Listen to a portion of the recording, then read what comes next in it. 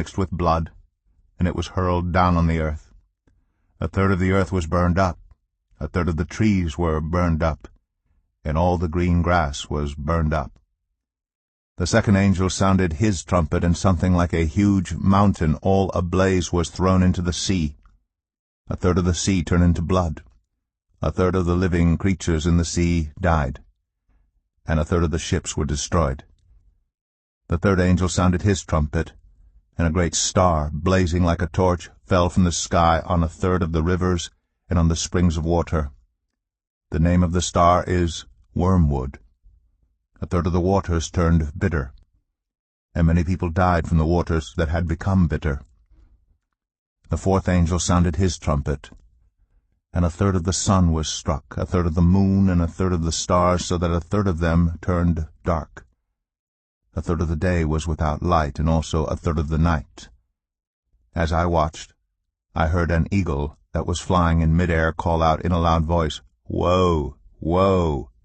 Woe to the inhabitants of the earth, because of the trumpet blasts about to be sounded by the other three angels." The fifth angel sounded his trumpet, and I saw a star that had fallen from the sky to the earth. The star was given the key to the shaft of the abyss. When he opened the abyss, smoke rose from it like the smoke from a gigantic furnace. The sun and sky were darkened by the smoke from the abyss, and out of the smoke locusts came down on the earth and were given power like that of scorpions of the earth. They were told not to harm the grass of the earth or any plant or tree, but only those people who did not have the seal of God on their foreheads. They were not allowed to kill them, but only to torture them for 5 months, and the agony they suffered was like that of the sting of a scorpion when it strikes. During those days, people will seek death, but will not find it. They will long to die, but death will elude them. The locusts look like horses prepared for battle. On their heads they wore something like crowns of gold, and their faces resembled human faces. Their hair was like woman's hair, and their teeth were like lions' teeth. They had breastplates like breastplates of iron, and the sound of their wings was like the thundering of many horses and chariots rushing into battle. They had tails with stingers like scorpions, and in their tails they had power to torment people for 5 months.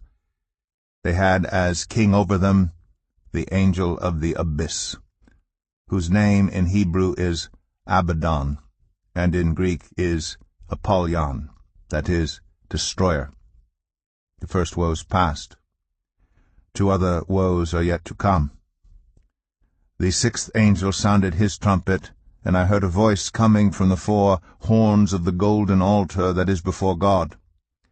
It said to the sixth angel who had the trumpet, "Release the 4 angels who are bound at the great river Euphrates."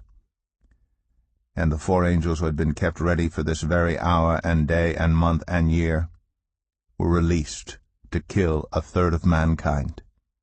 The number of the mounted troops was twice 10,000 times 10,000. I heard their number. The horses and riders I saw in my vision looked like this. Their breastplates were fiery red, dark blue, and yellow as sulphur. The heads of the horses resembled the heads of lions, and out of their mouths came fire, smoke, and sulphur. A third of mankind was killed by the 3 plagues of fire, smoke, and sulphur that came out of their mouths. The power of the horses was in their mouths and in their tails, for their tails were like snakes, having heads with which they inflict injury. The rest of mankind who were not killed by these plagues still did not repent of the work of their hands. They did not stop worshipping demons and idols of gold, silver, bronze, stone, and wood, idols that cannot see or hear or walk. Nor did they repent of their murders, their magic arts, their sexual immorality, or their thefts. Then I saw another mighty angel coming down from heaven. He was robed in a cloud with a rainbow above his head. His face was like the sun, and his legs were like fiery pillars. He was holding a little scroll which lay open in his hand. He planted his right foot on the sea and his left foot on the land, and he gave a loud shout like the roar of a lion. When he shouted, the voice of 7 thunders spoke. And when the 7 thunders spoke, I was about to write, but I heard a voice from heaven say, "Seal up what the 7 thunders have said, and do not write it down." Then the angel I had seen standing on the sea and on the land raised his right hand to heaven, and he swore by him who lives for ever and ever, who created the heavens and all that is in them, the earth and all that is in it, and the sea and all that is in it, and said, "There will be no more delay." But in the days when the 7th angel is about to sound his trumpet, the mystery of God will be accomplished, just as he announced to his servants the prophets. Then the voice that I had heard from heaven spoke to me once more, "Go, take the scroll that lies open in the hand of the angel who is standing on the sea and on the land." So I went to the angel and asked him to give me the little scroll. He said to me, "Take it and eat it. It will turn your stomach sour, but in your mouth it will be as sweet as honey." I took the little scroll from the angel's hand and ate it. It tasted as sweet as honey in my mouth. But when I had eaten it, my stomach turned sour. Then I was told, "You must prophesy again about many peoples, nations, languages, and kings."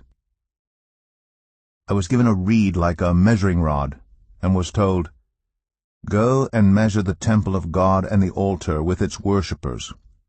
But exclude the outer court, do not measure it, because it has been given to the Gentiles. They will trample on the holy